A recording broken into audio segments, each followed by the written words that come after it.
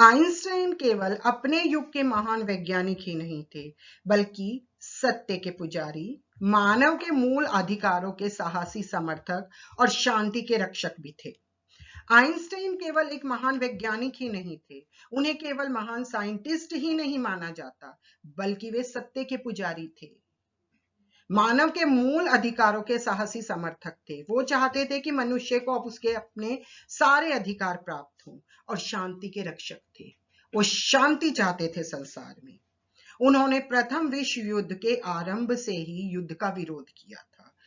जो प्रथम विश्व युद्ध हुआ था उसी समय से उन्होंने युद्ध का विरोध किया था, क्योंकि वो शांति के समर्थक थे। उनकी विश्व प्रसिद्धि के कारण जर्मनी की युद्ध प्रिय सरकार उनके खिलाफ कोई कदम उठाने की हिम्मत नहीं रख सकी।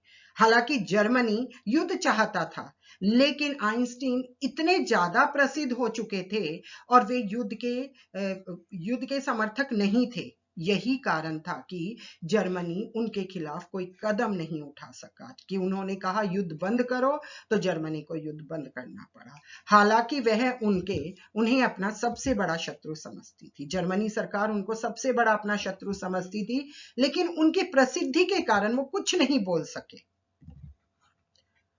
उनके नए वैज्ञानिक कार्यों के लिए उनकी प्रसिद्धि दिन प्रतिदिन बढ़ती जा रही थी।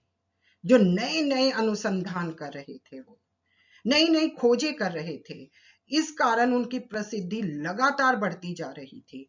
उनके सापेक्षता का सिद्धांत पर हजारों टिप्पणियां प्रकाशित हुई, फिल्म बनी जो उन्होंने सापेक्षता का सिद्धांत दिया भौतिकी में, उन पर बहुत सी टिप्पणियां प्रकाशित हुई, फिल्म भी बनी। जॉर्ज बर्नार्ड शॉ ने उन्हें संसार के गिने चुने महान व्यक्तियों में गिना और उनका दर्जा नेपोलियन जैसे शासक से भी ऊपर बताया।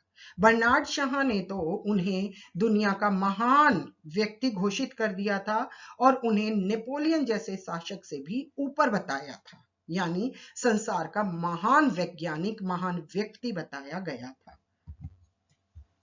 संसार के बड़े बड़े आदमी आइंस्टीन से भेंट करने को उत्सुक रहते थे और उनकी प्रसिद्धि इतनी ज्यादा हो गई थी कि संसार के बड़े बड़े लोग उनसे मिलने की इच्छा रखते थे, हमेशा उत्सुक रहते थे उनसे मिलने के लिए।